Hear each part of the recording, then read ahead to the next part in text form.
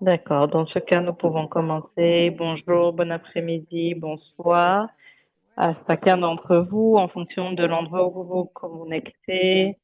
Bienvenue au webinaire consacré aux droits des femmes autochtones. Merci beaucoup de votre présence. Nous avons de l'interprétation disponible en anglais, espagnol, portugais et bahasa. Si vous avez besoin d'interprétation, cliquez sur le globe qui est l'icône de l'interprétation et sélectionnez le canal d'interprétation qui vous convient. L'orateur est en train de répéter le même message en espagnol.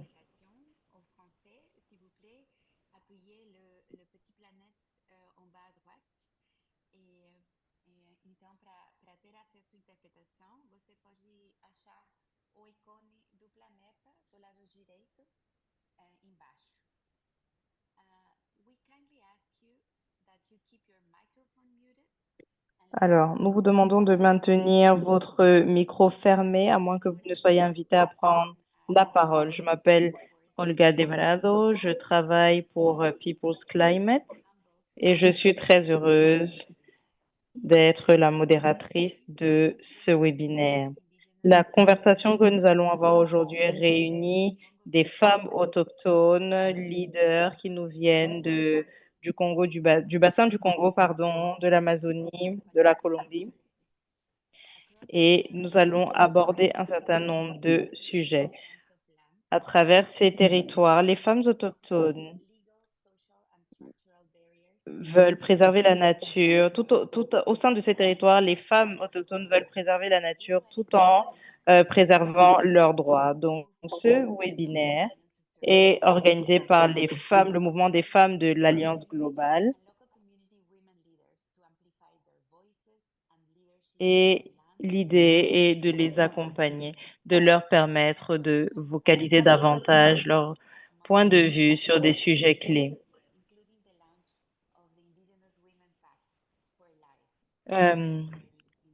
Le mouvement des femmes a réalisé des avancées et atteint des objectifs sans précédent, notamment pour toutes les questions de foncier. Nous allons avoir une conversation avec des femmes hors du commun qui vont partager leurs perspectives régionales personnelles. Aujourd'hui, nous avons avec nous Sarah Omi de la région Mésoamérique, Aïssatou Maru de la région Afrique centrale, Christiane Juliano Pancaru qui nous vient du Brésil, Marisol Garcia de l'Amazonie et Devi Agrini qui nous vient d'Indonésie. Nous sommes également très honorés d'accueillir deux invités spéciaux qui vont partager des études de cas. Nous avons Juliana Alves et Giovanna. Ils vont partager avec nous les éléments phares de l'année 2025 qui ont conduit à la reconnaissance des territoires des populations autochtones à l'est du Brésil. Nous avons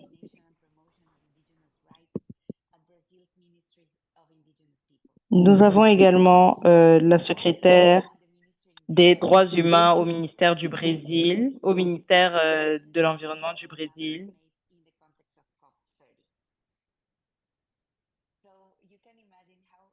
Donc, vous pouvez imaginer à quel point nous sommes heureux et honorés d'entretenir cette conversation avec vous. La session se clôturera avec un atelier de 30 minutes qui sera ouvert à tous les participants. L'objectif est de créer un espace de dialogue collectif et de réflexion. Nous allons donc commencer par accueillir nos femmes du mouvement des femmes de l'Alliance globale. Je voudrais passer la parole à Sarah Omi de l'AMPB de Mésoamérique. Bienvenue, Sarah. nous commençons la conversation. J'ai certaines questions à te poser. Sur la base de ton expérience en tant que femme autochtone et la première femme autochtone avocate de ta communauté, pourquoi est-ce que l'accès à la terre est si important pour le mouvement des femmes et pour le leadership féminin? Les questions foncières incluent notamment des questions de déplacement interne. Comment est-ce que tu décrirais ton engagement en tant que femme autochtone qui défend les droits des femmes autochtones? Merci beaucoup, Déborah, de m'avoir présenté. Premièrement, je voudrais saluer toutes mes sœurs qui sont ici présentes dans ce webinaire, qui prennent part à ce webinaire. Et nous allons continuer de réfléchir sur les difficultés, mais également sur les propositions que nous pouvons formuler afin d'améliorer la gouvernance de nos territoires.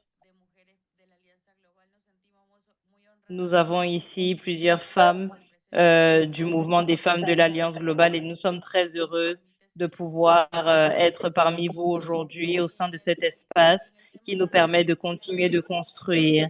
Pour ce qui nous concerne, dans la région Mésoamérique, plus particulièrement du Panama, ce que je peux vous dire, c'est que ma communauté s'appelle Tiembera. C'est une communauté très petite qui a souffert dans les années 65 des déplacements forcés au nom du développement dans mon pays et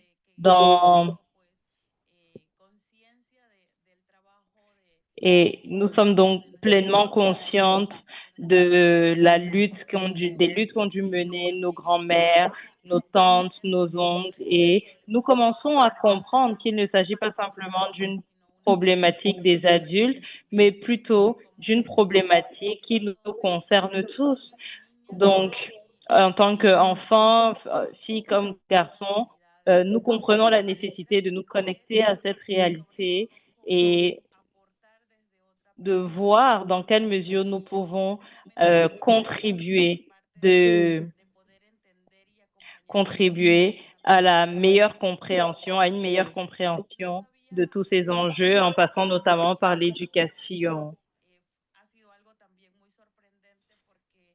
Ça a été quelque chose de très surprenant parce que nous sommes dans un siècle où normalement nous devons être plutôt évolués. Quand on parle par exemple des droits humains, on devrait être très évolué sur ce sujet, mais en réalité, il existe une brèche. Et ce que je peux dire à ce stade, c'est que nous luttons, nous continuons de travailler pour l'avancée de tout cela. Jusqu'à l'année 2014,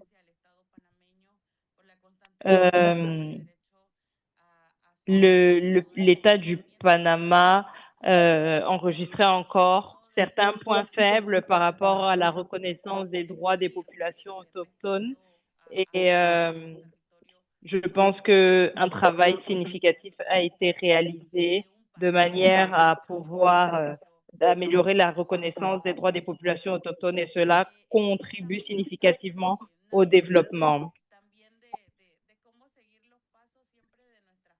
Toujours dans le souci de suivre les pas de nos mamans, je suis devenue la première femme avocate de ma communauté et c'est incroyable, comme je viens de le dire, de voir ce fossé qui existe entre les opportunités et nous. Et tout cela m'a également permis de me rendre compte que les problématiques qui concernent les femmes sont plus grandes, elles font face à plus de barrières, la violence, la discrimination, et nous sommes présentes au sein de nos territoires.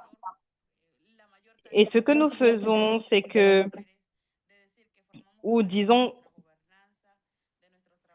et ce que nous essayons de faire, c'est de prendre part aux décisions qui concernent la gouvernance et nous essayons de générer des changements positifs pour nous-mêmes, nous les femmes, parce que nous devons visibiliser nos communautés et proposer des solutions par les femmes pour les femmes. Et si nous n'avançons pas, nos communautés ne peuvent pas avancer. C'est nous qui entretenons l'identité, nous sommes présentes et nous nous soucions de comment prendre soin de nos familles. Et cela est étroitement lié au fait de prendre soin de notre terre, au fait de vivre comme nous le pouvons, aussi bien que nous le pouvons. Donc l'idée, c'est de entretenir, conserver toutes ces connaissances alimentaires, médicinales et continuer à restaurer notre mental, notre esprit. Et bien sûr, tout cela a été très affecté par les déplacements forcés. Notre langue a été affectée, notre culture a été affectée, la manière dont nous dispensons le savoir a été affectée. Mais il demeure ce point de résistance de nos grands-parents qui ont permis de construire une nouvelle maison qui est la maison où je suis née, où j'ai grandi. C'est une maison de plein pied et ils ont essayé de travailler avec des femmes dans l'objectif d'améliorer leurs conditions de vie et sans toutefois porter préjudice à notre identité. Et le pacte pour la vie qui a été mis sur le devant de la scène au Brésil,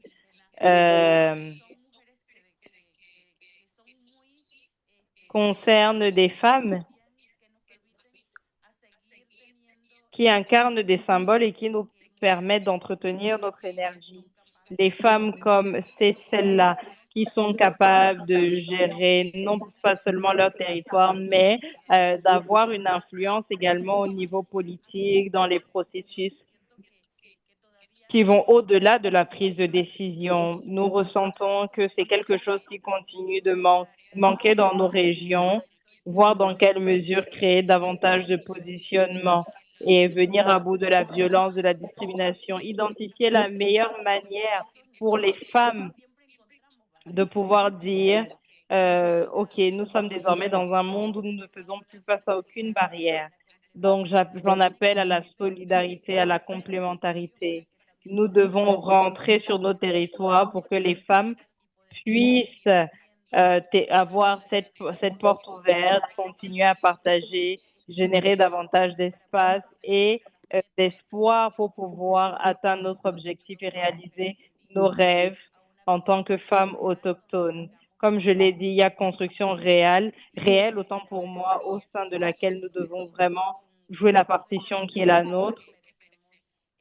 Et nous méritons véritablement d'avoir accès à ces espaces. C'est ce que je voulais partager avec vous. Merci infiniment. Merci beaucoup. Très puissant, merci. Maintenant, j'aimerais passer la parole à Aïssatou Omarou. Elle fait partie de... Elle est femme en Boro, désolée pour la prononciation, elle vient du Tchad. Et donc, comme nous le savons, il y en a beaucoup de pastoralistes. Donc, comment est-ce que cette réalité du pastoralisme peut former ou montrer la lutte des femmes autochtones en ce qui concerne la lutte des droits? Et quels sont les rôles que la femme en baron a qui peut transmettre envers les futures générations? Merci, Aïssa, toi, allez-y.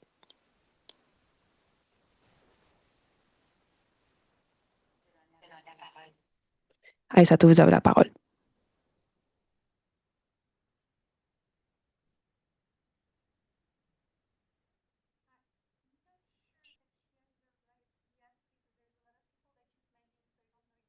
En fait, je ne suis pas sûre si elle est déjà de la réunion. Marisol est là. C'est pas grave. Marisol, bonjour. Comment ça va? Bonjour Marisol.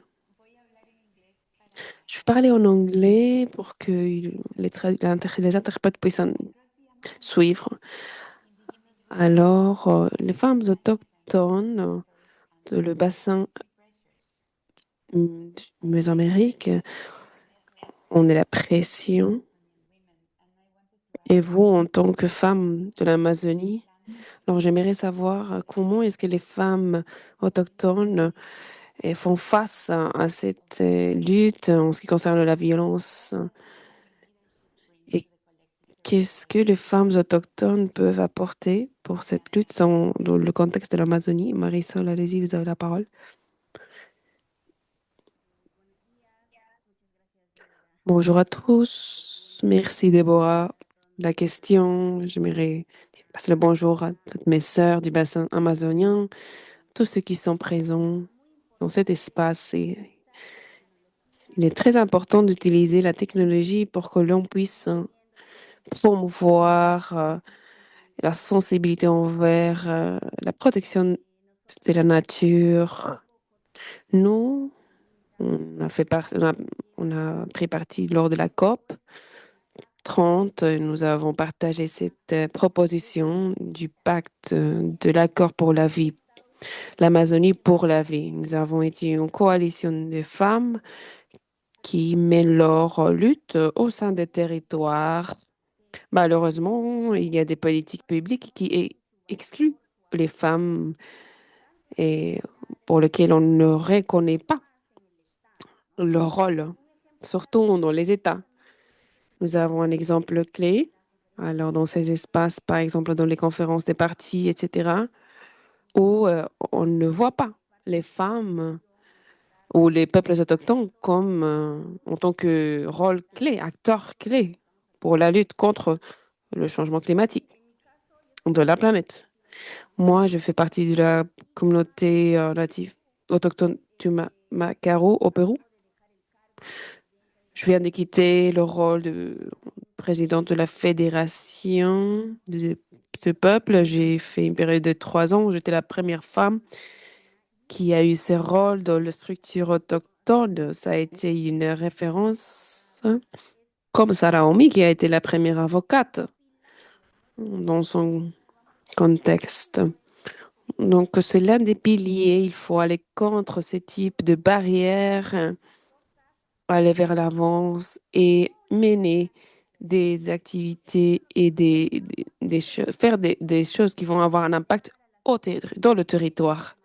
Ce n'est pas seulement une façon de autonomiser la femme pour qu'ils puissent visibiliser leurs projets par le biais de leurs connaissances ancestrales ou traditionnelles. Non, on fait attention aussi à la jeunesse. On vient de lancer l'école de la nouvelle génération pour des semences, etc., qui est focalisée sur les jeunes, les plus jeunes, la jeunesse. Parce qu'on voit cette faiblesse. Les adultes, ceux qui connaissent le territoire, ne sont pas des fois ou ne transfèrent pas les bonnes responsabilités aux générations à venir. Donc, on a vu qu'il y a besoin de, de, de plaider, de partager les connaissances avec les générations à venir. Les femmes et les hommes mènent ce type d'action au territoire. Ce n'est pas seulement une question de femmes, il y a d'autres frères et sœurs qui ont beaucoup de capacités, de compétences qui peuvent contribuer. Mais des fois, on les ignore, on les met de côté. Par exemple, quand il y a des incendies, on voit qu'il y a beaucoup d'animaux qui meurent parce qu'on n'a pas su prévenir cela. On voit qu'il y a de la minerie à côté des rivières, le déboisement. le narcotrafic, etc. Il y a une violence, pas seulement pour les jeunes. Il n'y a pas seulement la pollution, mais il y a même des femmes qui tombent enceintes ou qui tombent malades parce qu'il y a un manque des droits de l'homme qui n'arrive qui n'arrive pas au bon endroit pour que l'on puisse vraiment trouver des solutions. Il y a des problèmes aussi pour avoir accès à la justice. Et c'est une question du manque de connectivité. Et c'est comme ça que nous avons rencontré de différentes sœurs dans des différents espaces, comme par exemple Christine, Sarah. Nous faisons partie de l'Alliance globale aujourd'hui. Nous avons avancé dans des différents schémas. Et même au Pérou, nous avons créé le réseau des femmes défenseurs de la vie. Nous avons collaboré avec d'autres sœurs qui sont contre les projets du pétrole ou d'autres. Et donc, pour que l'on puisse travailler pour les sœurs. Mais malheureusement, le financement n'arrive pas au sein des communautés. Il y a beaucoup de besoins, beaucoup de manques, d'écarts de la santé, connectivité, etc. Et par rapport à l'action climatique, on a besoin de développer cela davantage. On a besoin du financement, que ce financement arrive. Si la faiblesse là, ou en fait, par exemple, si nous n'avons pas Internet au sein de la communauté, ben, il faut trouver une solution pour que l'on puisse avoir un financement direct. Ben oui, des fois, on nous dit on a besoin d'avoir un compte bancaire pour recevoir du financement, etc., de subventions. Alors, il faut combler cet écart. Moi, je travaille avec des sœurs de 6 communautés et associations différentes, pas seulement pour récupérer les plantes ou les légumes, mais pour d'autres types de plantes, pour que l'on continue à avoir des plantes et des aliments durables et bons pour notre santé. Nous travaillons sur les différents petits bassins au sein de nos territoires. On ne peut pas avoir une sécurité par rapport à l'eau alors que nous avons cet impact issu de différents projets. Alors nous, les femmes, on travaille sur le reboisement et les hommes, ils travaillent sur la sécurité, marcher dans les différents territoires, coordonner pour avoir une bonne coordonnance. Mais il y a d'autres personnes, bien sûr, qui ne font rien.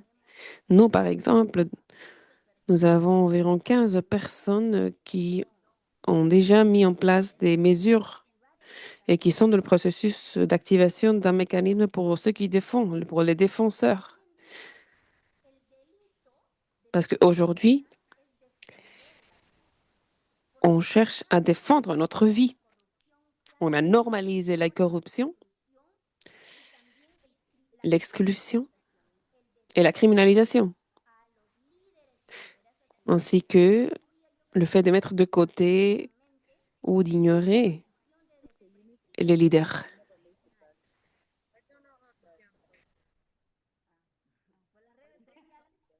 Pour les réseaux, on voit les réseaux sociaux où l'on voit qu'il y a des gens qui vont contre et ça reste là. Mais on ne se focalise pas sur nos actions en tant qu'humains, en tant qu'individus, en tant qu'organisation et on n'est pas aidé. Quand on nous menace ou d'autres, on ne nous aide pas pour reboiser ou d'autres, on critique sur les réseaux, sur les médias. Mais nous, on les invite à l'action, à qu'ils puissent faire partie de cela pour que l'on puisse vraiment travailler sur la planète pour les générations à venir.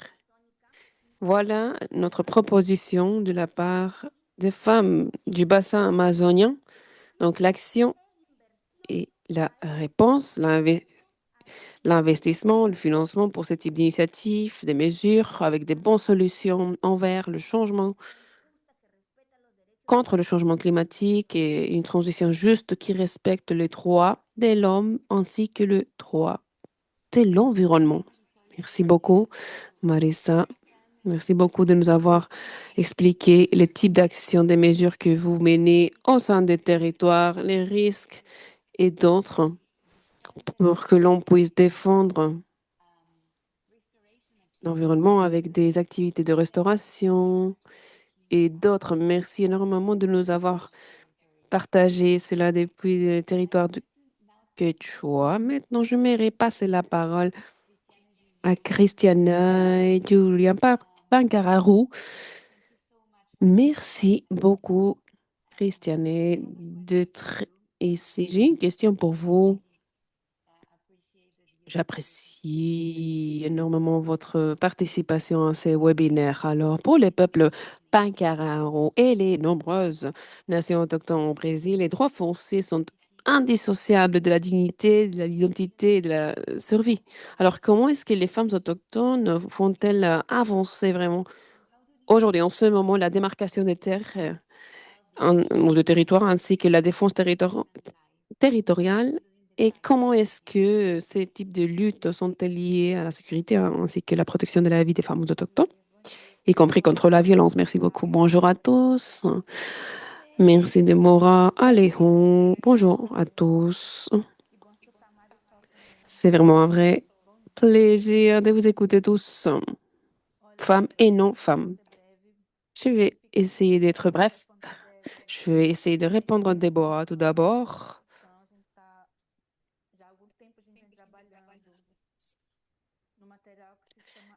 Alors, nous avons un support qui s'appelle Bagarou et ça fait longtemps que nous le mettons à jour par rapport à la politique nationale des plantes médicinales. Nous essayons, nous travaillons de plus en plus avec les entités nationales afin de régulariser la production de ce type de plantes médicinales. Nous tenons vraiment à négocier une politique qui puisse aider à développer des guides spécifiques pour ce type d'initiatives au territoire. En ce qui concerne les plantes médicinales et les herbes, on se focalise sur le commerce de ce type de ressources. Nous avons mené des discussions, des conversations avec le ministère de l'Environnement et d'autres représentants des Nations Unies ainsi que d'autres organes. Il s'agit d'un projet du type politique et nous cherchons vraiment à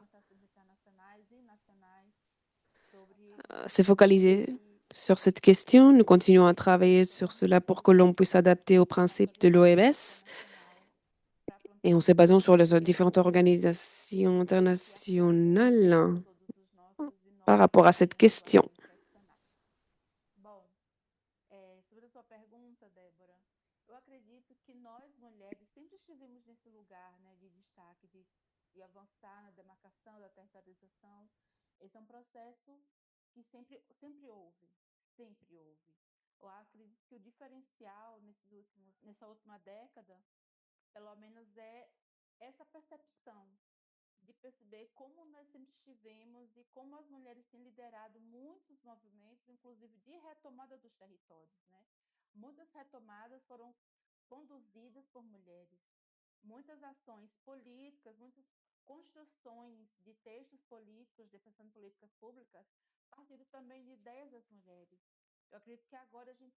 Et toutes ces politiques sont gérées par par les femmes.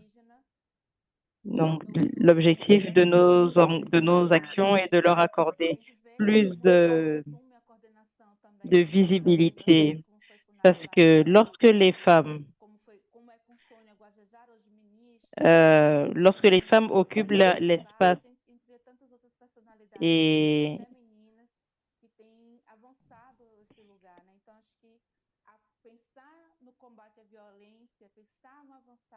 et qu'elles sont engagées dans les initiatives dès le début.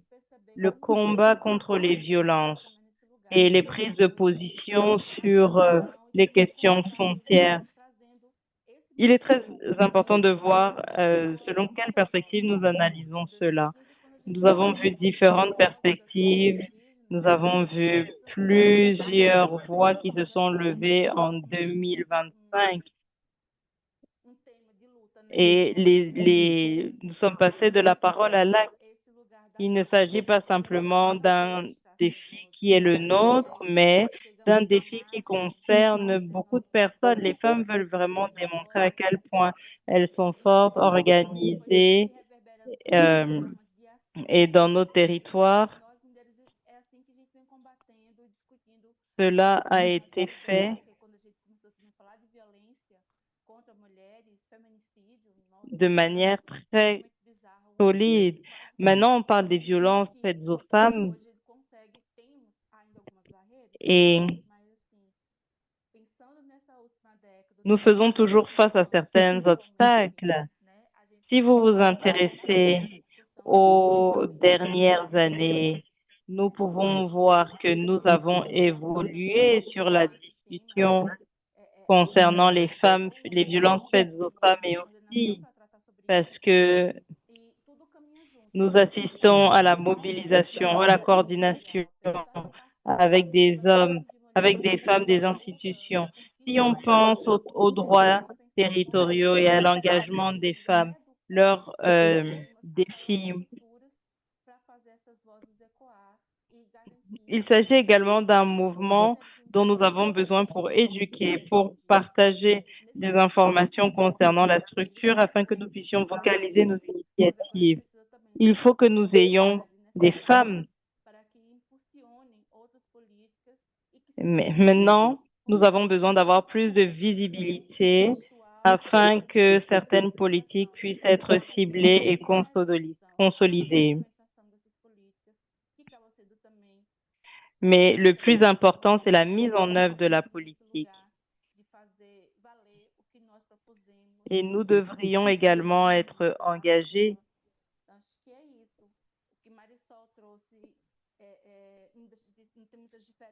Je pense que c'est un peu ce que Marisol a voulu expliquer. Et ici au Brésil, nous voulons également partager parce que nous sommes issus d'un système colonial qui est assez similaire en Amérique du Sud et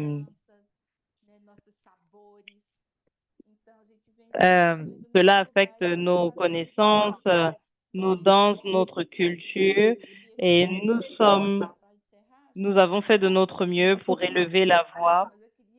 J'aimerais, à titre de conclusion, réitérer le fait que, en tant que le mouvement de femmes autochtones du Brésil, nous avons transformé pas mal de paroles ou traduit pas mal de paroles en action. Et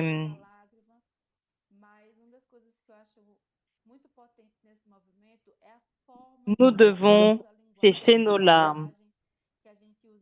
Quelque chose qui est très important dans ce mouvement, c'est la manière dont nous utilisons la langue.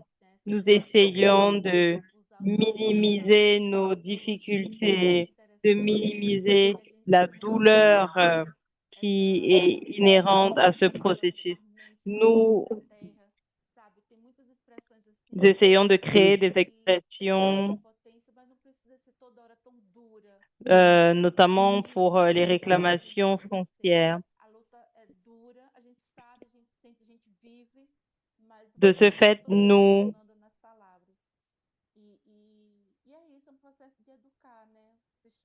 prenons davantage conscience, nous sommes davantage conscients, autant pour moi, du monde au sein duquel nous évoluons. C'est ainsi que nous procédons pour essayer d'éduquer les autres.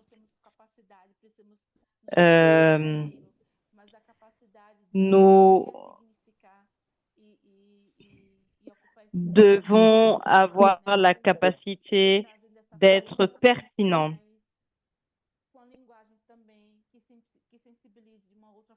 Et après cet engagement, il est très important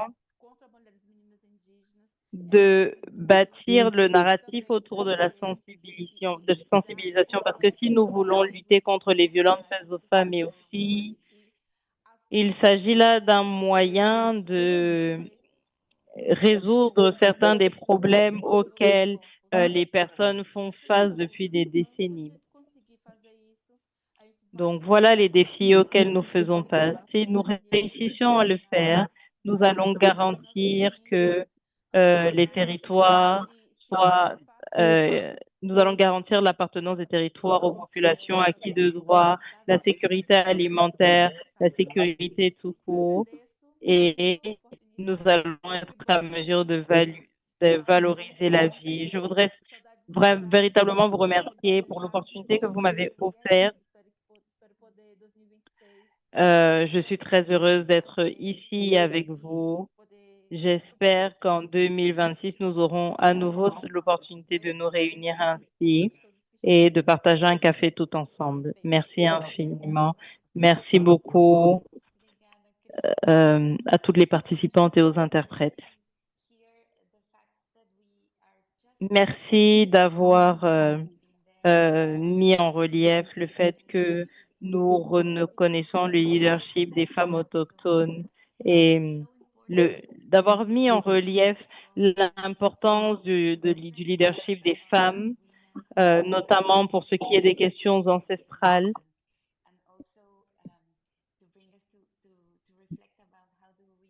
Je voudrais également que nous revenions sur le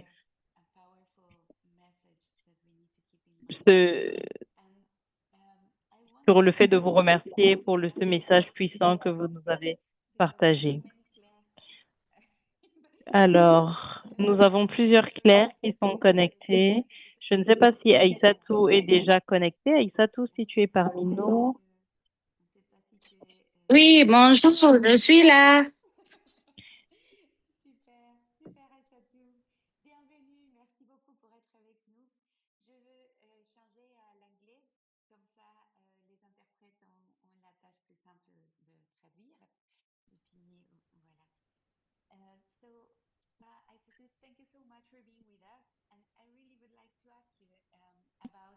Merci infiniment, Aïssatou, de t'être jointe à nous. Je voudrais vraiment que tu nous parles de ton expérience en tant que femme Boro du Tchad, dont la plupart des membres sont des éleveurs. La terre est très étroitement liée à la mobilité, aux moyens de subsistance et à la survie culturelle. Ouais. Cette réalité pastorale façonne-t-elle la lutte des femmes autochtones pour les droits fonciers en Afrique centrale, et quel rôle de leadership les femmes assument-elles pour protéger leur territoire, leur mode de vie et les générations futures? Merci beaucoup. Alors, c'est vrai que le leadership féminin au niveau de l'Afrique centrale, c'est quelque chose. Je vais changer et je vais arrêter celui-là. Je vais travailler sur l'ordinateur. On t'entend bien. Parfait. Oui, oui, on t'entend parfaitement. Alors, merci beaucoup et je salue tout le monde, tous les participants. Je suis très contente de participer. Je ne me sens pas bien, j'ai un peu mal à la tête depuis ce matin, donc j'ai failli ne pas participer, mais ça va bien. Maintenant, je suis là. Alors, par rapport au leadership féminin en Afrique centrale, c'est vrai que le peuple pastoraliste, les Mbororo, nous, on a beaucoup de challenges en Afrique centrale, à savoir, nous avons le problème de la mobilité en elle-même, qui est une très grande question et qui prend en compte les femmes. Nous avons le foncier, qui est quelque chose de très important pour le peuple pastoraliste, surtout dans le cadre de la mobilité. Le foncier pastoral, c'est quelque chose de différent des fonciers que les autres connaissent parce que notre foncier qui nous concerne, c'est le couloir de transhumance, les aires de stationnement, les aires de pâturage, les points d'eau, l'accès aux points d'eau. Donc ça, c'est les territoires pastoraux. est quelque chose de très, très important pour nous parce que sans ces territoires, sans accès à ces points essentiels en notre vie, nous, on ne pourrait même pas exister. Je vais dire, la mobilité ne peut même pas exister. Et il y a les connaissances et savoirs traditionnels qui sont quelque chose de très, très important pour nous parce que sans les connaissances et savoirs traditionnels, nous, on ne peut même pas survivre dans la brousse. Nous devrons savoir où se trouve l'eau pendant la saison sèche, mais aussi il y a des moments où il n'y a pas de l'eau à la surface. Donc, il faut savoir où on peut trouver l'eau le plus proche de la surface. Donc, ça aussi, c'est des techniques très intéressantes. Il y a aussi le savoir alimentaire. Nous vivons dans la brousse, c'est la brousse qui est tout pour moi. Et dans cette brousse-là, on doit savoir qu'est-ce qu'il faut manger, comment manger, quand manger, où trouver les éléments de la saison. Donc ça, c'est quelque chose de très important. Et ces connaissances sont retenues par les femmes. Il y a la transmission de ces connaissances et savoirs traditionnels. Ces connaissances devraient être transmises de la mère à la fille, mais aussi aux garçons, parce qu'il y a certaines connaissances où les garçons devraient absolument connaître, comme celui de comment s'orienter dans la brousse, où aller, mais aussi il y a les savoirs saisonniers que quand est-ce la première pluie va venir et où elle va venir, de quel côté elle va venir. Il va falloir qu'on aille à la rencontre de la pluie, le temps qu'on la suive pour aller vers le sud.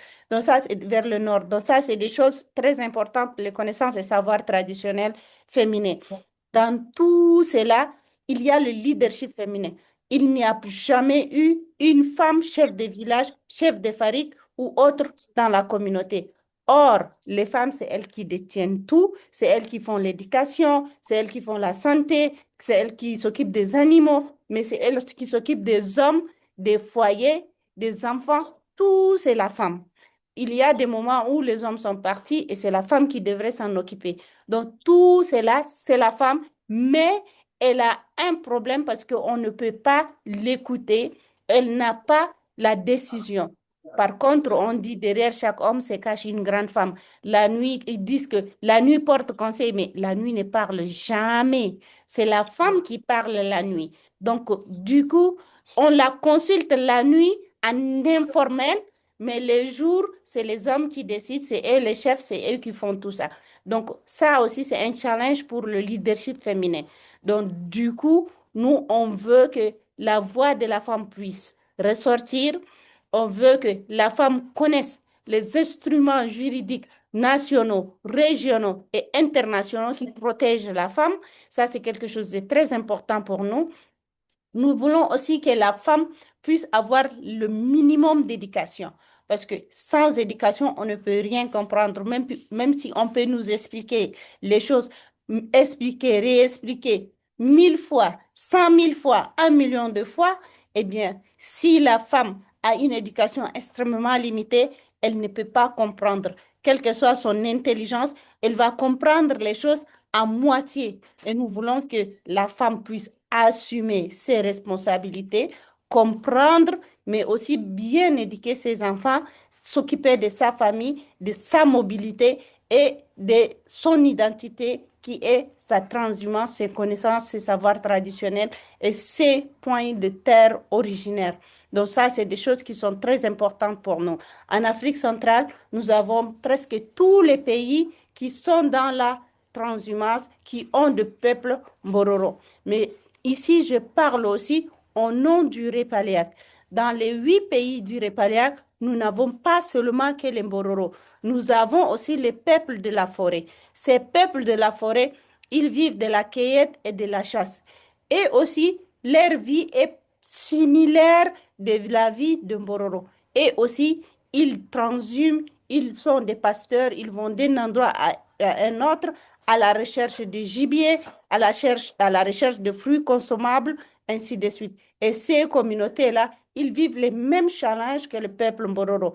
Et parfois même, ils subissent plus de discrimination parce que le peuple Mbororo peut utiliser les animaux qu'ils ont pour avoir un peu de l'argent pour pouvoir subvenir à certains besoins très urgents. Par contre, eux, ils n'ont même pas des animaux pour vendre. Donc, ils subissent des discriminations par les Bantous qui vivent autour d'eux. Ils sont victimes de certaines traditions bantoues, comme dire que coucher avec une femme autochtone porte chance, alors que c'est du viol. Ils sont en train de violer les femmes, les filles, ils sont en train de les kidnapper, ils sont en train de les tuer. Ce qui se passe à l'est de la RDC, le monde n'ignore pas ça. Mais personne ne fait part de la communauté autochtone qui est victime dans la zone de guerre. Elles sont violées, les femmes sont violées, kidnappées, tuées par les milices des M23. Ils sont aussi victimes par la population locale, par l'armée de la population locale. Donc, du coup, où est-ce qu'ils vont aller pour vivre? Nulle part. Aucune organisation des Nations Unies ou organisation non gouvernementale qui parle de ces femmes qui sont victimes. Quelques organisations de peuples autochtones qui sont là-bas, qui essayent de parler, qui essayent de les prendre en charge. Mais un bon leader ne peut même pas vivre dans ces localités. Là où Joseph était, lui-même en tant que coordinateur sous-régional, il ne peut même pas vivre dans ces localités-là parce que lui-même, il est persécuté, il est suivi, il peut même être enlevé ou sa famille peut être enlevée. De même pour Papa Diel qui a fait plus d'un an sans voir sa femme parce qu'il ne peut pas aller là-bas. Il a fallu faire certains mouvements pour pouvoir réunir la famille. Donc, il y a beaucoup de choses qui se passent en Afrique dont les peuples sont victimes et les principaux victimes, ce sont des femmes. Et tout cela entre dans les activités du REPALEAC et nous comptons beaucoup sur les partenaires qui sont ici présents. Je vois déjà Alejo qui est là à travers Kloua. Je vous remercie et certains, plusieurs partenaires, je ne peux pas vous énumérer tous un à un, mais je remercie déjà d'avance votre appui, votre soutien, mais aussi votre présence dans cette assise pour pouvoir écouter nos problèmes et prévoir comment nous accompagner. Donc, il y a beaucoup de choses à raconter. Cette assise n'est pas assez grande pour que je puisse vous étaler en détail ce qui se passe au niveau de l'Afrique centrale et au Tchad, mais quand même, je vous ai donné un aperçu général. Merci à tout le monde et je remercie aussi Gloria qui fait un travail vraiment impeccable, qui n'arrête de nous soutenir, de nous accompagner, de réaliser un travail incroyable qui n'est fait par aucune de nos coordinatrices auparavant. Je m'en excuse si j'ai offensé quelqu'un, mais c'est quelqu'un d'extraordinaire. Je vous remercie beaucoup et je suis là, je suis disponible pour répondre à vos questions. Merci beaucoup. Merci Aïssatou. Merci beaucoup. Maintenant, je vais parler anglais. Je pense que c'est plus facile pour les interprètes. Merci beaucoup Aïssatou pour ce partage d'expérience. Vous avez touché des différents domaines, des différents contextes pour lesquels les femmes autochtones dans lesquels les femmes autochtones font face dans votre région. Merci beaucoup d'avoir partagé. Vraiment, il faut se focaliser sur les priorités des femmes autochtones sur le terrain. Merci beaucoup de nous avoir sensibilisés encore plus par rapport à ça. Je vois la connexion entre les connaissances traditionnelles et l'éducation, l'importance de cette éducation vers les femmes aussi qui est un point clé. Alors, je pense que nous pouvons clôturer cette première partie du webinaire. Nous avons écouté j'ai aperçu les différentes leaders des différents groupes. Maintenant, j'aimerais passer à la deuxième partie de notre webinaire. Nous allons nous focaliser sur les études des cas. Voici quelques expériences qui se passent maintenant en ce moment au Brésil, qui sont très puissantes et qui nous montrent quelques raisons pour lesquelles nous pouvons continuer à avoir de l'espoir envers cette lutte pour laquelle nous sommes immersés. Je vais parler maintenant portugais. Parce que nous allons recevoir des études. Nous allons écouter des études d'éclat avec de la participation de l'une de nos invités spéciales qui s'appelle Juliana Alves. Merci, Juliana, de faire partie de ce webinaire. Aujourd'hui, c'est un véritable plaisir de travailler avec vous.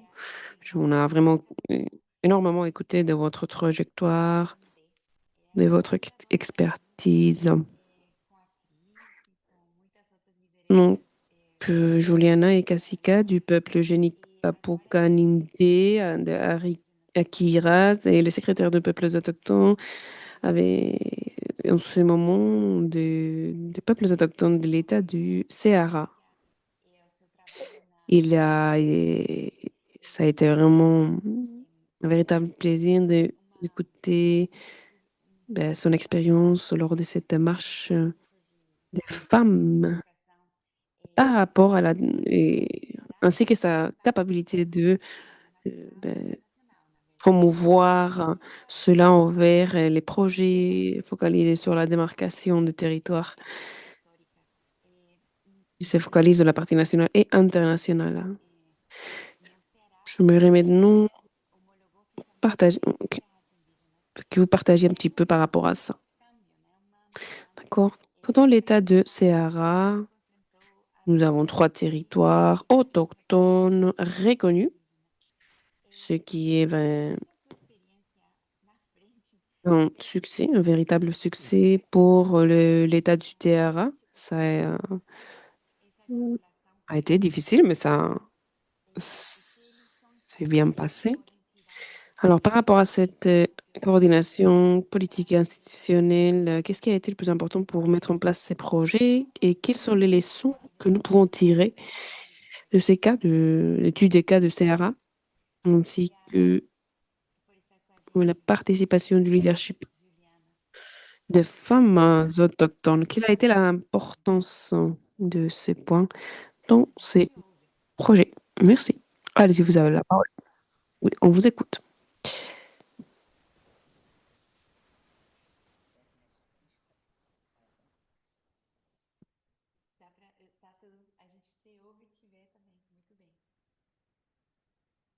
Oui, on vous écoute très bien.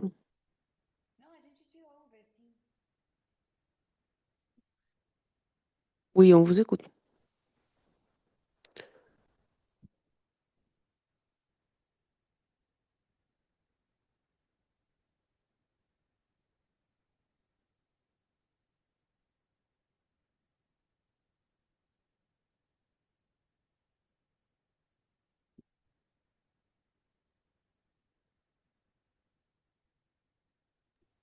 Je pense qu'il a un problème de réseau.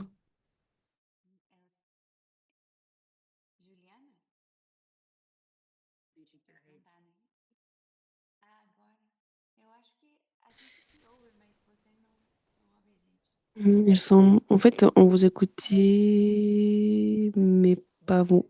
Ah non. Maintenant, je pense que ça va. Je me suis connectée sur mon téléphone portable pour que l'on puisse bien m'écouter, d'accord? D'accord. Parce que l'Internet ne marche pas très bien sur mon ordinateur portable. Donc, bonjour à tous et à toutes. Je vous remercie de m'avoir invité. Pour moi, c'est très important le fait que Gloria m'a invité, m'a demandé si j'étais disponible et bien sûr, immédiatement, immédiatement, je lui ai dit, bah oui.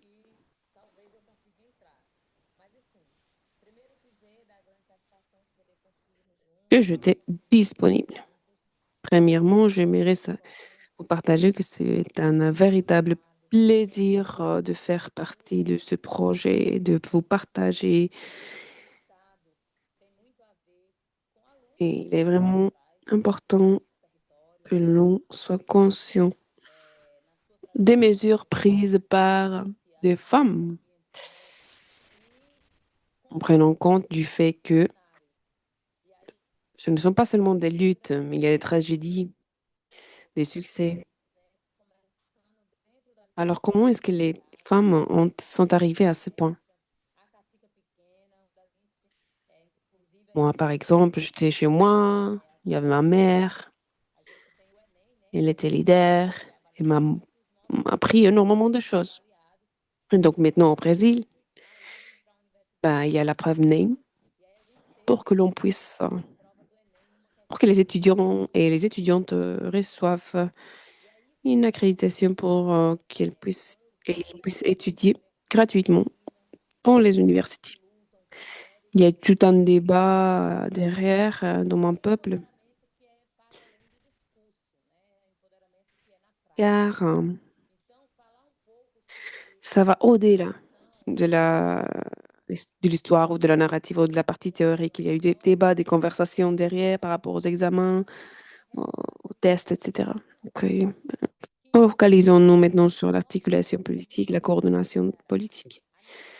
Il y a eu des moments historiques de la part de notre gouvernement, de l'État de Ceará à l'échelle nationale, avec le président Lula et notre gouvernant Freitas. On voulait reconnaître ce peuple, pas seulement dans le contexte de la Constitution de 18, de 88. Mais voilà, il y a eu le mouvement autochtone et on négocié par rapport à ces débats gouvernementaux. Il ne faut pas oublier d'où l'on vient. Il ne faut pas oublier nos origines. Parce que nous sommes en train de construire et nous allons recevoir quelque chose en échange. Notre passage par cette planète est très court, hein.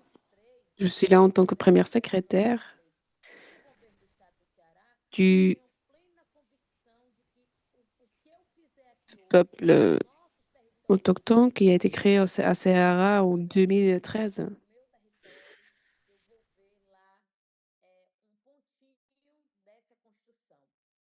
Je, j'ai participé à une infime partie de ce qui a été bâti et la réalité, c'est que nous n'avons pas le temps de nous arrêter et de respirer. Au sein du secrétariat, nous devons mettre en œuvre des politiques d'État et non des politiques gouvernementales. Nous sommes impliqués dans ces constructions depuis ces dernières années et le fait que nous soyons ici à bâtir des politiques pour les populations autochtones est une très bonne chose. Nous avons soif de voir nos populations qui ont toujours été laissées pour compte sortir enfin de l'ombre. Lorsque nous avons commencé notre travail en 2023, nous avons commencé ce travail de plaidoyer en faveur de la démarcation des territoires autochtones. Donc, maintenant, nous avons un accord de coopération technique avec l'ancien gouverneur de Saram. Et nous allons voir où est-ce que cette coopération va nous conduire. Nous allons voir dans quelle mesure réécrire les termes de cette coopération de manière à ce que l'Institut pour l'agriculture, avec les différents ministères pertinents, pourront être capables de mettre en œuvre cet accord. Donc, nous avons différents ministères et nous sommes impliqués avec un grand groupe de personnes. Nous avons eu un très bon moment où nous avons profité pour bâtir à partir de cet accord. Notre gouvernement a consenti à conduire des recherches qui nous permettent aujourd'hui de pouvoir mettre en œuvre un processus légitime parce que nous savons que l'État tout seul ne peut pas procéder à la démarcation des terres. nous pouvons faire des plaidoyers, nous pouvons mobiliser des... Nous ne pouvons pas faire de plaidoyer, nous ne pouvons pas mobiliser de ressources et pour que les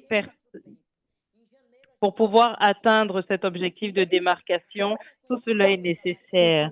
Donc, en janvier, nous avons commencé le processus de démarcation et nous avons pu obtenir le KABABAM des populations autochtones et nous avons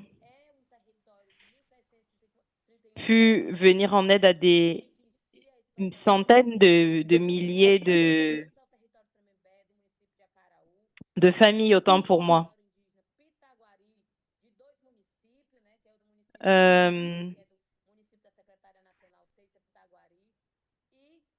Nous avons pu travailler dans 2 villes différentes.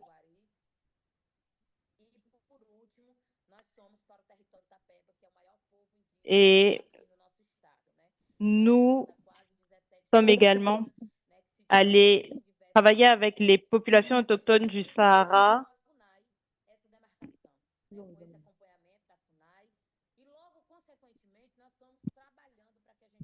Et nous avons donc commencé à travailler avec les populations autochtones.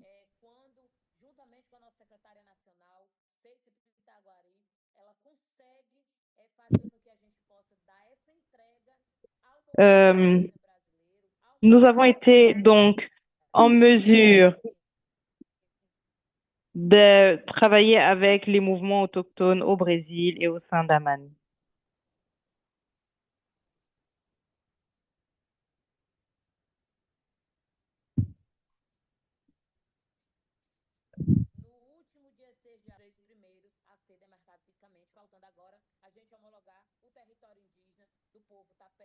Non, nous devons encore homologuer les territoires.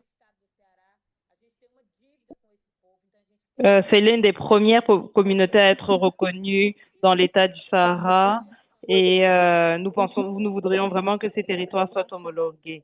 Nous voulons entamer des processus légitimes en suivant les chemins qui ont été ouverts par les femmes.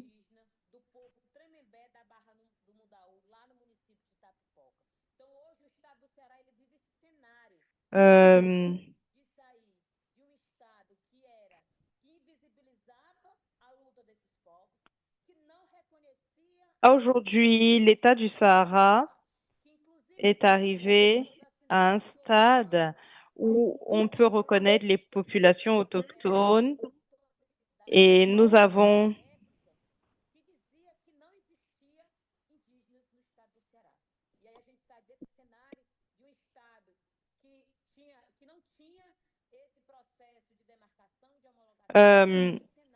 nous sommes désormais dans un scénario où des processus de démarcation ont été initiés et au Brésil, c'est l'un des États qui a réalisé le plus de démarcation et qui a le plus reconnu les droits des populations autochtones.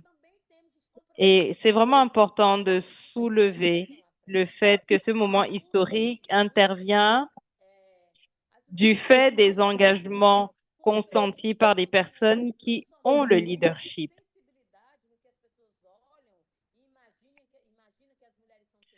Il ne s'agit pas seulement de la sensibilité des uns et des autres, bien sûr qu'ils sont sensibles, mais il faut avoir des stratégies pour les prendre en charge et pour les accompagner.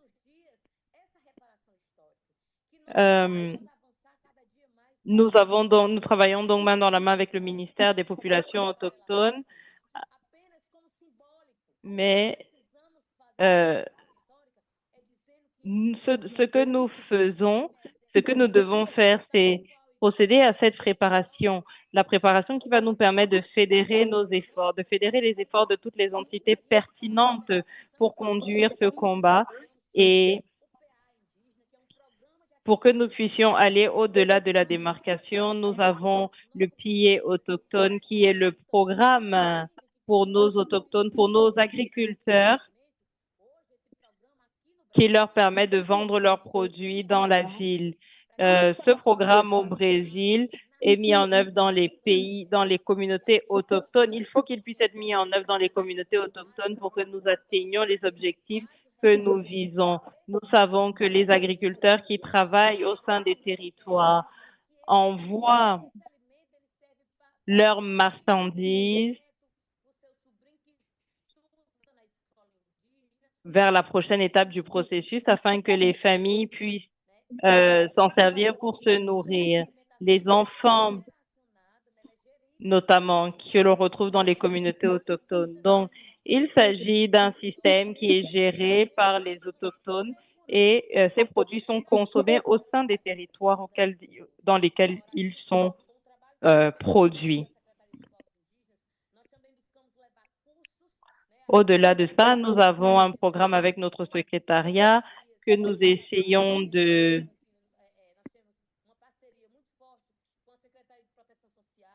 Nous avons un très fort partenariat avec le secrétariat de la protection sociale qui nous aide avec de la documentation parce que nous avons besoin de pouvoir mettre sur le devant de la scène les personnes qui par le passé étaient laissées pour compte. Nous devons procéder au renforcement des capacités des personnes qui en ont besoin pour renforcer notre coopération.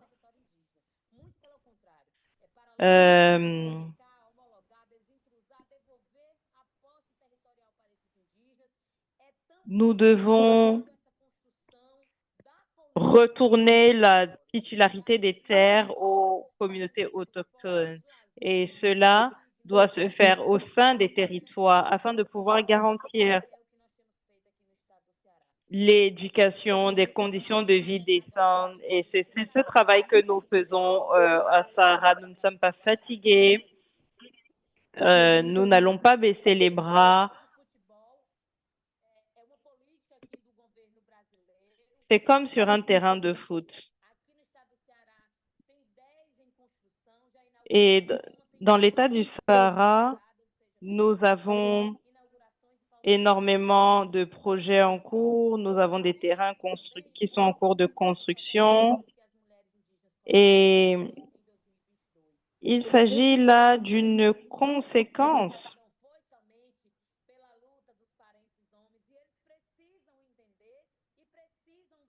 Il ne s'agit pas simplement de la difficulté, des difficultés auxquelles ont fait face nos parents, mais des difficultés actuelles, les difficultés auxquelles font face les populations autochtones de nos jours. Nous avons commencé un travail en 2019 qui a continué en 2022 et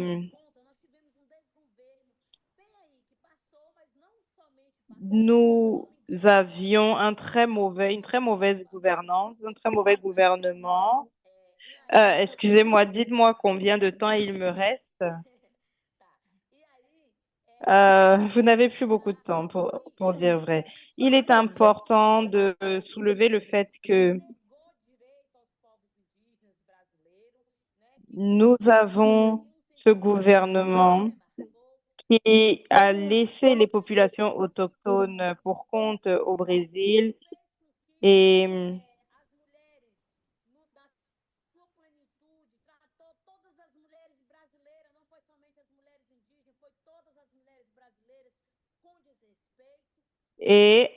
l'idée est de faire respecter les droits pas seulement des femmes autochtones, mais de toutes les femmes au Brésil. Et à plusieurs reprises,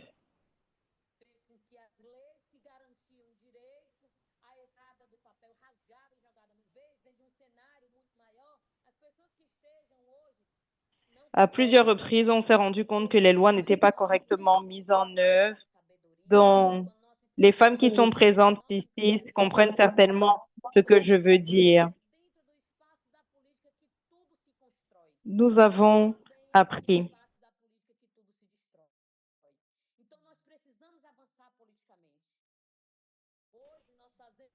Et nous devons véritablement mettre les politiques existantes en œuvre afin que les femmes, toutes les femmes au Brésil et les femmes autochtones y compris, puissent jouir de leurs droits.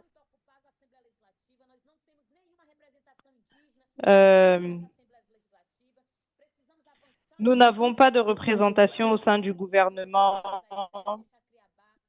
et nous devons y penser pour les élections en 2026.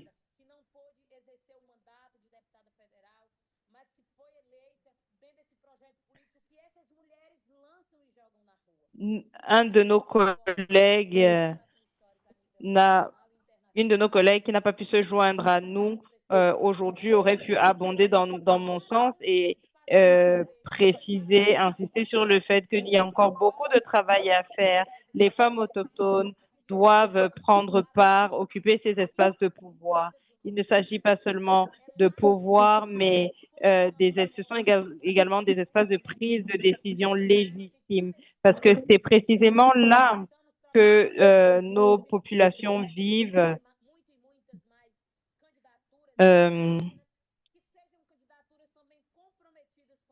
Avec plus de mobilisation, nous aurons plus d'autochtones candidats qui sont engagés auprès des territoires. Il ne s'agit pas seulement d'être autochtone, c'est important d'être un autochtone, mais il faut également donner la parole aux femmes autochtones qui reconnaissent,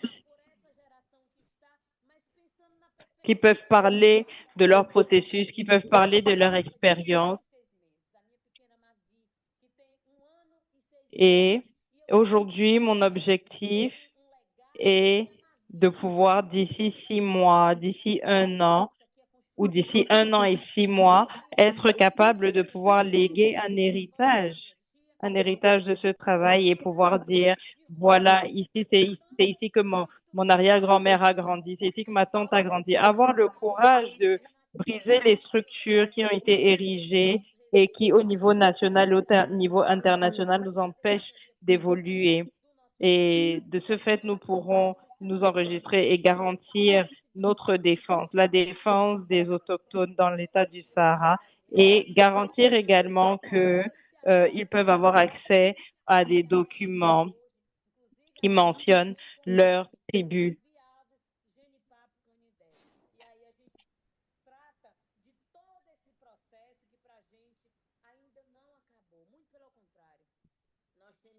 On n'a pas encore terminé. Il y a beaucoup de choses à faire, toujours à partager avec le gouvernement brésilien, ainsi que respecter tous les espaces et montrer au gouvernement brésilien, leur montrer comment est-ce qu'on doit écouter les besoins des peuples pour que l'on puisse arriver à un consensus. Il faut penser à ça, il faut aller dans les territoires, ainsi que, non pas seulement en Brésil, hein, en Brasilia, pardon, mais dans les territoires, au-delà de la capitale, parce que les besoins sont différents. Il faut qu'on soit dans les territoires pour que l'on sache quels sont les vrais besoins dans chaque contexte. Je vous remercie énormément. Je m'aimerais rester davantage. Tout à la fin de l'année, il y a beaucoup de choses qui se passent. Je vous passe le bonjour. J'espère qu'on va continuer à travailler, à construire ce réseau. Il faut qu'on collabore davantage avec les femmes autochtones qui se trouvent à l'étranger et ceux qui sont ici. Pour continuer à collaborer et aussi avec le gouvernement brésilien. Merci d'avoir partagé cette expérience. Je suis étonnée par le travail mené et cette connexion si forte, puissante, qui change la réalité pour les générations à venir. Merci beaucoup d'avoir partagé votre travail et merci de votre assistance, de votre présence. Maintenant, nous avons notre sœur Giovanna Manduba Dian. Elle est cofondatrice de Anmiga, Et c'est un projet merveilleux pour les femmes autochtones au Brésil. Et le secrétaire aussi national pour la coordination et la promotion des droits des peuples autochtones dans le ministère des peuples autochtones du Brésil. Merci beaucoup. C'est un véritable plaisir d'écouter les différentes leaders, femmes, et d'écouter les différentes expériences. D'après votre expertise, je tenais à savoir un peu plus, ou plutôt promouvoir un dialogue sur ces moments historiques qui vit le Brésil avec la démarcation des territoires pendant la COP30 et le trajectoire, l'expérience dans ce processus. Alors, quel a été le moment de changement ou le moment marquant qui a créé cet espace pour ce changement par rapport à la démarcation, cette décision? Merci. Bonjour. Bonjour à tous et à toutes. D'accord. Bonjour, bon après-midi à tous et à toutes.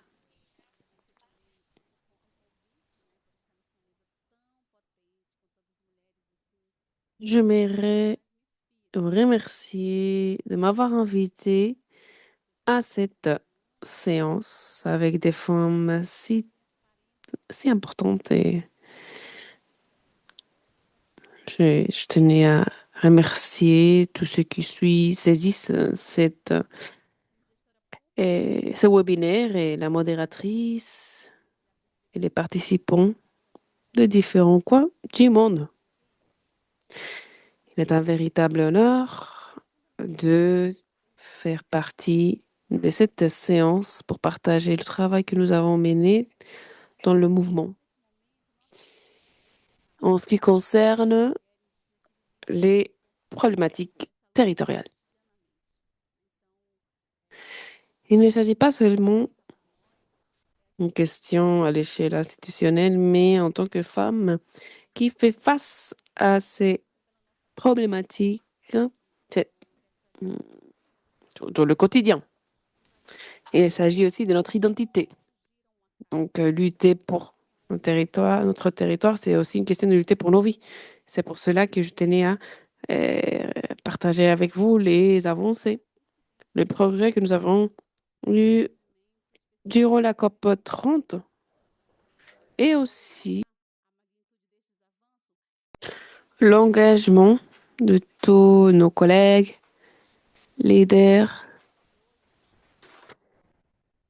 Je tenais à partager les différents scénarios et les succès que nous avons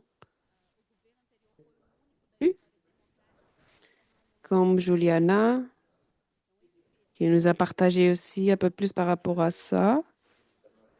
Le Brésil a un processus de démarcation territoriale qui se focalise sur des questions sur le droit. Mais par rapport à ces types de programmes de démarcation, il faut qu'on ait en compte des points spécifiques ainsi que l'établissement ou la création, la conception de ce ministère des peuples autochtones dirigé par la ministre Sonia Guajajara.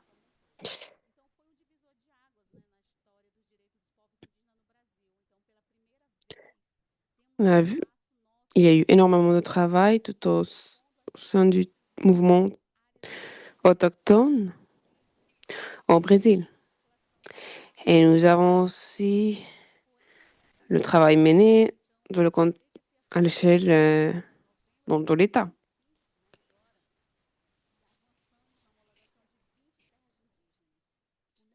Avec le nouveau ministère depuis 2025, nous avons eu la reconnaissance de 20 territoires en tant que peuples autochtones. On a certifié seulement 11 territoires entre 2020 et 2025. Et à Belém, nous avons annoncé la reconnaissance d'autres territoires autochtones. Et cette démarcation,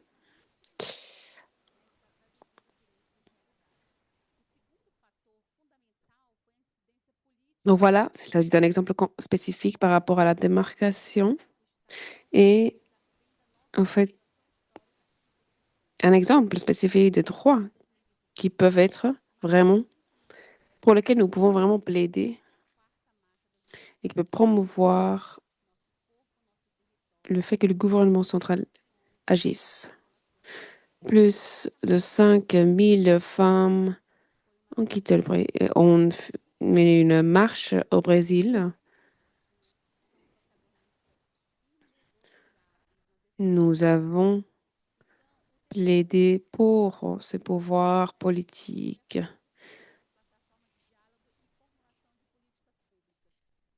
La part de notre leadership dans ce processus.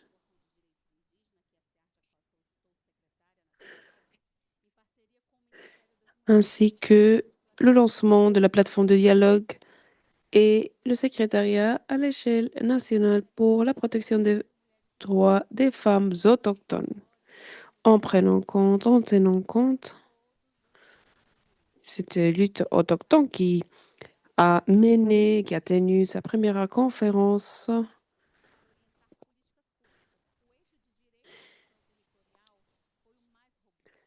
pour la lutte des peuples autochtones au Brésil.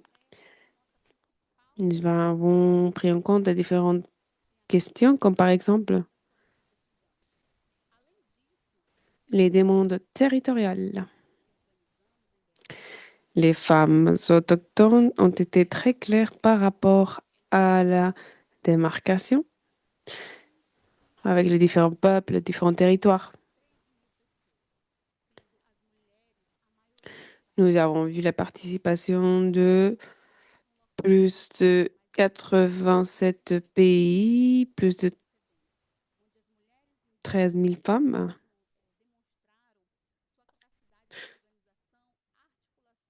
Ce n'était pas seulement un vrai honneur d'être l'hôtesse de cet événement, mais de voir comment les femmes ont pris parti. Et la démarcation a été un véritable succès, ainsi que un grand pas envers la négociation. Nous, on dirige ces processus au sein de nos territoires. On connecte avec les différentes communautés en les reliant avec le gouvernement et en prenant compte aussi, en montrant cette violence contre nos peuples, cette lutte contre le changement climatique et la protection des filles et des enfants. Si on prend en compte les données tirées de la base de données de Save the Children, on voit que les territoires protégés ont moins de violence que les territoires qui ne le sont pas protégés. Et entre 1990 et 2000 et quelques, eh ben, nous avons vu qu'il y a de plus en plus de violences, mais on voit aussi que nous protégeons un grand pourcentage de biodiversité. C'est pour cela que c'est très important de prendre en compte la démarcation. Il s'agit d'une initiative cruciale pour le Brésil et pour le monde entier. C'est pour cela que nous devons prendre en compte les objectifs pour la protection de l'environnement ainsi que la régularisation des réservoirs, de la protection de la biodiversité, des aquifères, ainsi que la protection du cycle de carbone. Et le soutien de la défense de nos territoires. On voit de la violence qui s'apaise de plus en plus, et la violence sexuelle,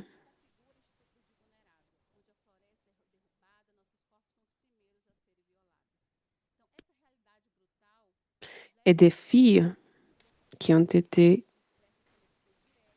violées. Donc, il faut s'articuler, bien coordonner avec les autorités, parce que l'on lutte contre cette violence quand les territoires ne sont pas protégés. Et il y a de l'exploitation sexuelle, il y a de la violence contre les droits de l'homme qui se passe. Il y a des impacts de le réseau de protection contre la violence sexuelle. Donc, c'est pour cela qu'il est très important d'assurer une sécurité complète, prendre soin de nos rivières, de nos plantes médicinales. Et c'est pour cela que la délégation autochtone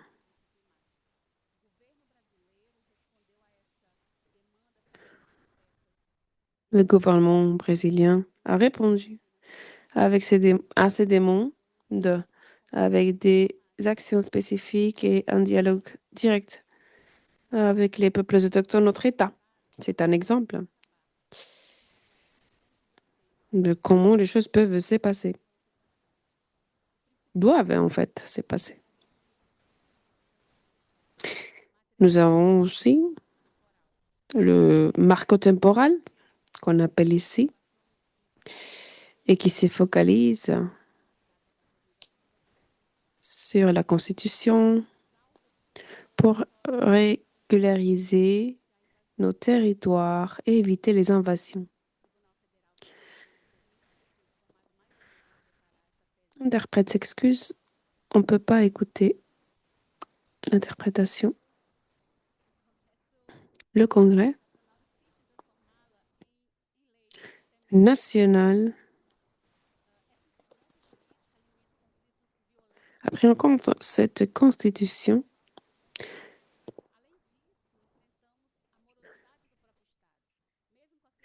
et on voit que la vie des peuples autochtones est en risque.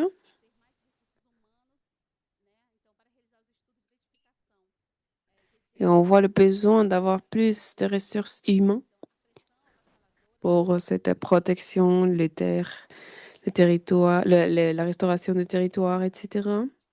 Donc, il y a eu un moment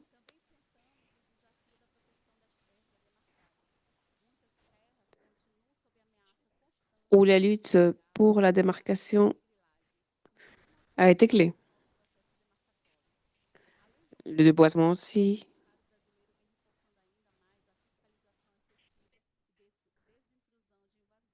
Donc, on voit qu'il y a eu de plus en plus d'invasions en permanent. C'est pour cela que nous devons avoir une bonne coordination. Et c'est vrai que le gouvernement qui était en contre avant de cette décision par rapport au marco temporal a eu lieu auparavant et nous devons travailler, ce que nous avons déjà fait non-stop, pour les peuples autochtones et leur reconnaissance. Mais nous avons besoin de ressources et une bonne structure, surtout en ce qui concerne la démarcation des territoires. Nous n'avons pas de politique spécifique pour ce type d'invasion. Les territoires qui ont été envahis, on va dire, occupés, eh ben, n'ont pas une protection. C'est pour cela que nous devons agir et avoir des politiques pour les protéger. Pour, spécialement pour ceux qui ont occupé le territoire sans raison.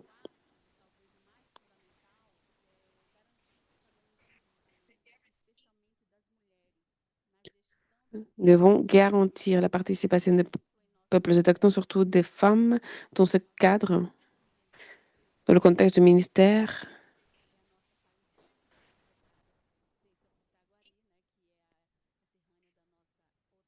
À Pétaguari, par exemple,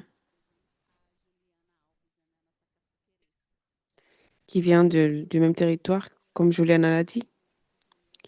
Et il est très important de inviter ces femmes dans ce type d'espace pour partager leur expérience, pour qu'elles aient leur espace, pour qu'elles nous aident. Ce sont des femmes qui ont fait partie de ces espaces et nous devons renforcer les femmes autochtones dans tous les espaces de participation et garantir leur participation dans tous les espaces qui touchent des sujets liés à nos territoires. L'avenir de l'Amazonie, Ashabu et la Mata Atlantica, de, de la forêt, dépend de notre capacité à trouver de la sécurité dans, ou de se sentir en sécurité dans nos territoires. Nous continuons à lutter avec les connaissances ancestrales de la nature. Merci. On pense toujours aux générations à venir. Merci de m'avoir invité à partager un petit peu par rapport à mon expérience au Brésil. Je suis disponible pour continuer cette discussion un autre jour. Merci beaucoup. Merci Gloria, qui a vraiment motivé le partage de cette lutte et le fait que nos voix soient écoutées dans ce type d'espace. Ce type d'espaces sont stratégiques, sont clés. Comme Julia et les organisateurs qui invitent les femmes autochtones, les gens autochtones à se rassembler dans ce type de réunions pour partager, pour coordonner n'importe quel type de rôle, secrétaire, ministre. Merci beaucoup. Merci beaucoup, Giovanna. C'est vraiment un plaisir, un véritable plaisir de clôturer l'année avec ces expériences partagées et ceux qui ont partagé leurs efforts, leurs initiatives. On pense à continuer à lutter pour cela dans l'avenir. Maintenant, j'aimerais passer la parole à David qui vient de l'Indonésie. Il a énormément travaillé en Indonésie. Il a été un acteur clé pour créer un mouvement au sein de Aman pour les femmes autochtones. Je tenais à lui passer la parole pour une dernière intervention pour réfléchir un petit peu par rapport à nos résolutions pour l'année 2026. Davy, est-ce que vous êtes là?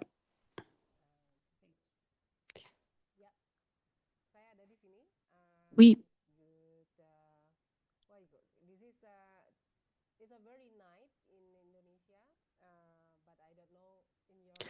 en fait, en Indonésie,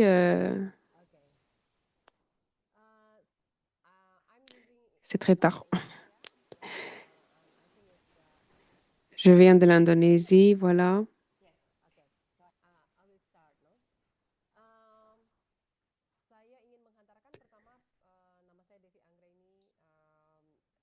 Premièrement, je m'appelle Davy. Merci d'avoir partagé avec nous. Vous êtes les femmes qui luttent pour les femmes autochtones. Moi, je viens de Pumpuan Aman, l'organisation Pumpuan Aman. Il s'agit d'une organisation de femmes autochtones de l'Indonésie. Et nous avons environ 575 peuples dans des différents départements.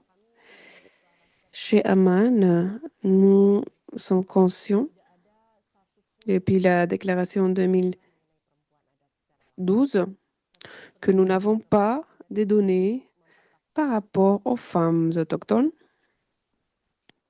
et leur lutte.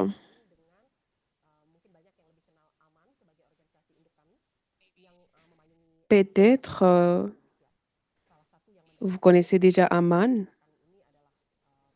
des organisations des peuples autochtones, des femmes autochtones qui sont derrière le mouvement, et ce sont les peuples qui luttent et qui protègent leur peuple, qui conçoivent des stratégies pour faire en sorte que les territoires autochtones restent là pour le peuple, pour eux. Et depuis 2015, nous travaillons sur l'usage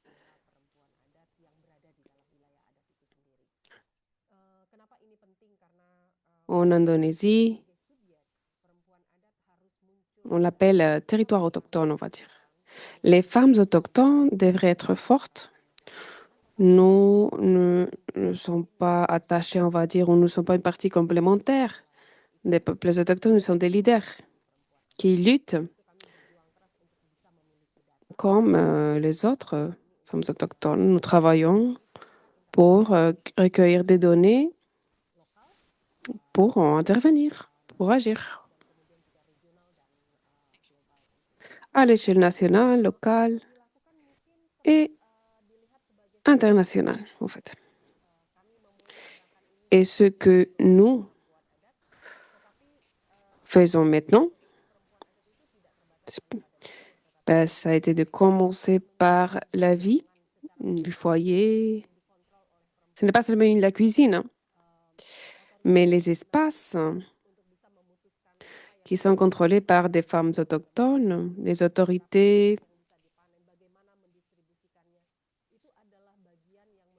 le type de plantes.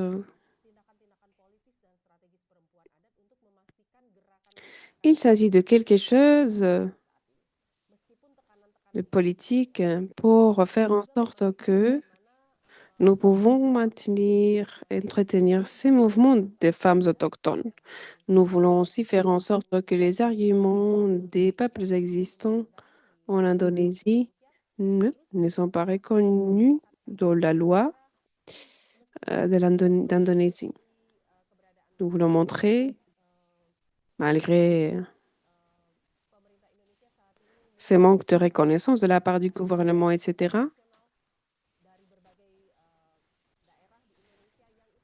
le gouvernement d'Indonésie, ils ont commencé à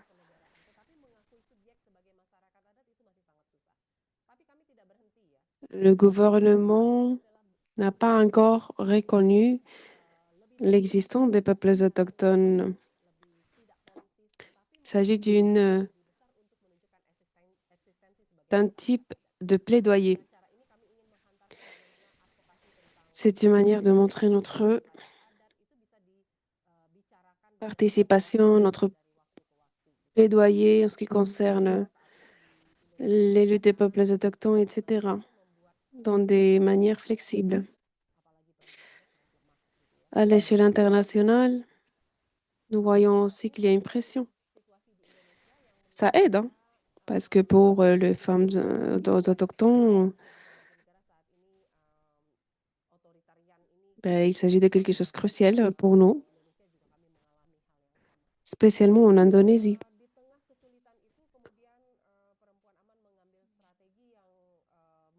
Spécialement pour les femmes autochtones.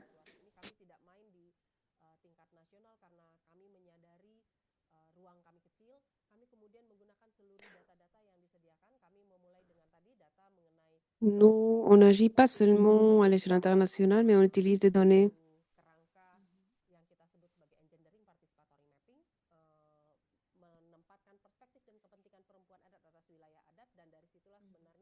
donc, il ne s'agit pas seulement de la cartographie, mais c'est une question d'identifier la puissance, le pouvoir des femmes autochtones, des peuples autochtones dans les territoires, la crise qui se passe et pour laquelle les femmes autochtones font face. Et dans ce cas, il faut voir comment nous pouvons être reconnus, pas seulement dans le contexte légal, mais comment est-ce que nous pouvons avoir des changements sur le même niveau.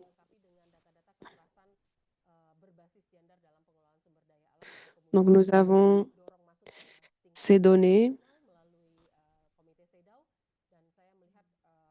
liées au genre, à la violence en ce qui concerne le genre. Et pour accélérer le processus légal, y inclut les peuples autochtones, les femmes autochtones. Dans le contexte légal en Indonésie, nous avons 2 points à souligner. Premièrement,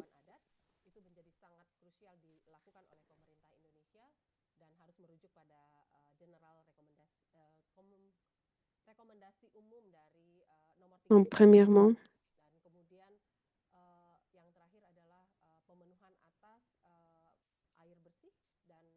deuxièmement,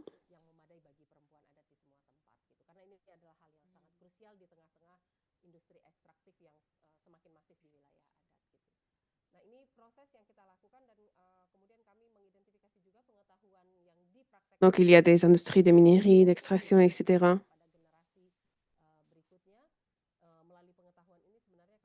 Donc nous voyons, en fait, nous essayons de trouver une solution de la part du ministère des Forêts en Indonésie.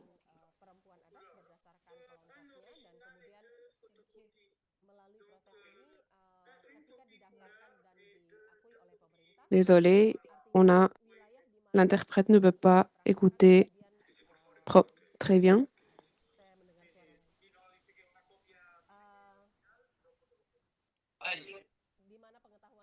On écoute l'interprète n'écoute pas L'interprète bien, s'excuse David. parce qu'il y a beaucoup de bruit.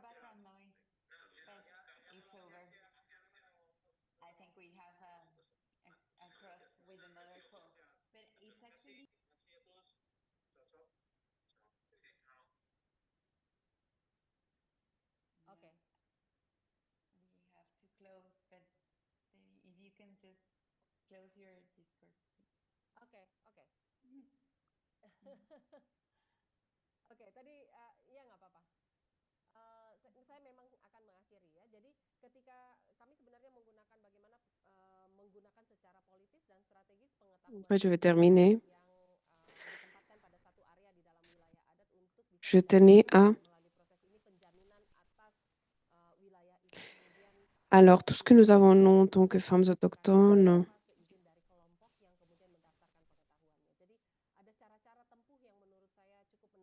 donc moi, je parle en fait du registre des données pour inscrire les territoires des peuples autochtones.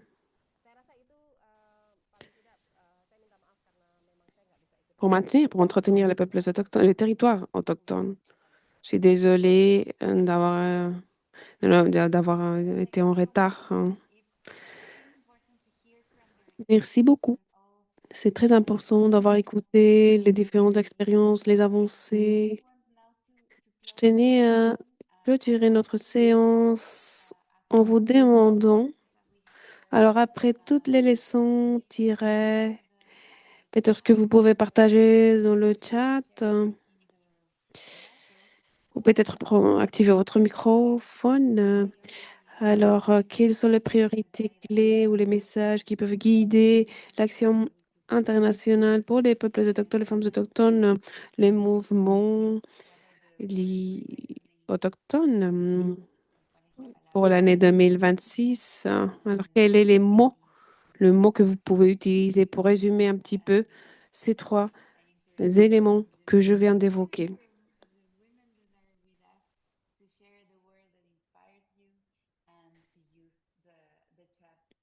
Et donc, s'il vous plaît, utilisez le chat pour partager quels sont les mots qui vous inspirent. Nous sommes à la fin de notre discussion, donc je tenais à vous remercier tous. Je tiens à vous rappeler que la déclaration est déjà prête à être signée. Elle est ouverte à être signée pour ceux qui veulent soutenir le pacte pour la vie, le pacte des femmes autochtones pour la vie. Vous pouvez signer la déclaration sur le site web, sur le site web. D'accord, vous pouvez trouver le site web dans le chat et soutenir ce type d'actions qui sont clés pour le territoire. J'espère vous voir l'année prochaine dans ces types d'actions pour la protection de ces territoires. Merci énormément. Je vous souhaite une très bonne année et que vous passiez des très bons moments dans ces fêtes de fin d'année. Merci. Merci aussi aux interprètes d'être restés un peu plus. Merci, je vous remercie. Merci à tous.